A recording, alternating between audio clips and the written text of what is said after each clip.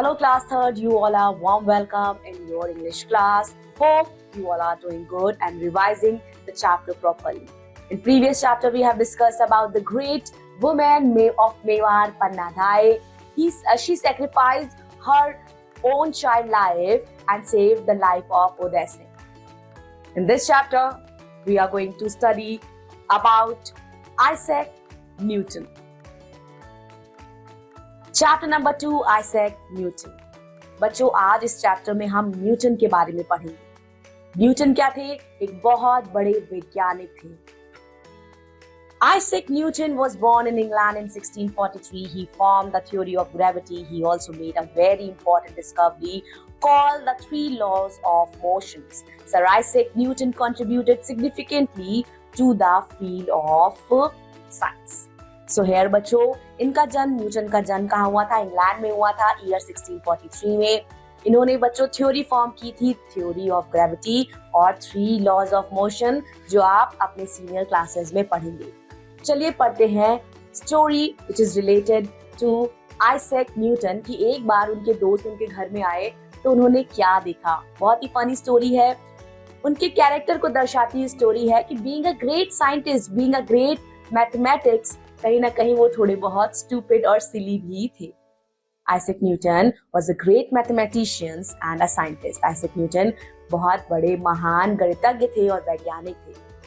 He spent almost all of his time in his study room. ज्यादातर वो अपना समय अपने स्टडी रूम में व्यतीत करते थे। He did not like any noise or disturbance. उन्हें बिल्कुल भी शोर शराबा नहीं पसंद था। Newton needed complete silence for his work. Newton को अपने काम के लिए complete silence चाहिए रहती थी, इसीलिए he used to keep his door shut. इसीलिए उन्होंने हमेशा अपना, जब भी वो पढ़ाई करते थे, दरवाजा बंद करते थे ताकि कोई भी बाहर से आवाज ना आए। एक बार की बात है, once Newton saw two lovely cats in the pet shop. बच्चों, पेट शॉप पे न्यूटन को दो प्यारी प्यारी बिल्लियां दिखाई दी और उन्हें वो घर लेकर आ गए। One of them was small and other was big. एक छोटी बिल्ली थी और एक बड़ी बिल्ली थी। कुछ दिन बाद बच्चों, after few days, Newton realized that while he was busy in his work, the cats could not get into his room. उन्होंने नोटिस किया कि वो काम में इतना ज्यादा व्यस्त हो जाते हैं कि बिल्लियां उनके दरवाजे में नहीं आ पाती हैं और उन्हें दरवाजे के बाहर ही खड़ा रहना पड़ता है। They had to remain outside until he opened the door. जब तक वो दरवाजा नहीं खोलते तो बिल्लियां जो है रूम में नहीं आ पाती। अब इस चीज से वो बहुत ज्यादा डिस्टर्ब हो जाते हैं। He was disturbed and he did not liked it. और उन्हें बिल्कुल पसंद नहीं था कि वो बार बार बिल्लियों के लिए दरवाजा खोले। अब क्या हुआ, उन्होंने एक दिन कारपेंटर को बुलाया, एक बढ़ई को बुलाया और उससे पूछा कि तुम दो होल बना दो मेरे कमरे के दरवाजे में, स्टडी रूम में, एक छोटा बनाना और एक बड़ा बनाना। अब अगले दिन कारपेंटर बच्चों ऐसे ही करता है, एक दरवाजा लेता है, उसमें दो होल बना देता है। अब जो न्यूटन है वो सेटिस्फाई है, उन्हें लगता है कि बड़ी बिल्ली बड़े वाले होल से आ जाएगी और छोटी बिल्ली छोटे वाले होल से आ जाएगी और अब वो डिस्टर्ब भी नहीं होंगे। A few days later, कुछ दिन बाद बच्चों, न्यूटन का एक दोस्त उनके घर आता है और वो देखता है दरवाजे में यूनिक अजीब से होल को देखता है और न्यूटन से पूछता है, ये दरवाजे में तुमने होल क्यों बना रखा है? What are these two holes for? तब न्यूटन उन्हें जवाब देते हैं, These holes are for my cats to get in and out of my study room when the door is shut. ये जो बिल्लियां है ना, ये जो छेद है, ये मैंने अपनी बिल्लियों के लिए बनाया है, दरवाजा बंद रहने पर भी वो अंदर आ सके और बाहर जा सके। न्यूटन ने एक्सप्लेन किया।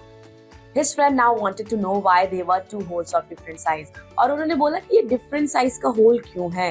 तब न्यूटन ने एक्सप्लेन किया, because one of his cat was small and the other was big. एक मेरी बिल्ली छोटी है और एक बड़ी है, तो smaller hole was a small cat. जो छोटा होल है वो स्मॉलर कैट के लिए है और जो बड़ा होल है वो बड़ी कैट के लिए है।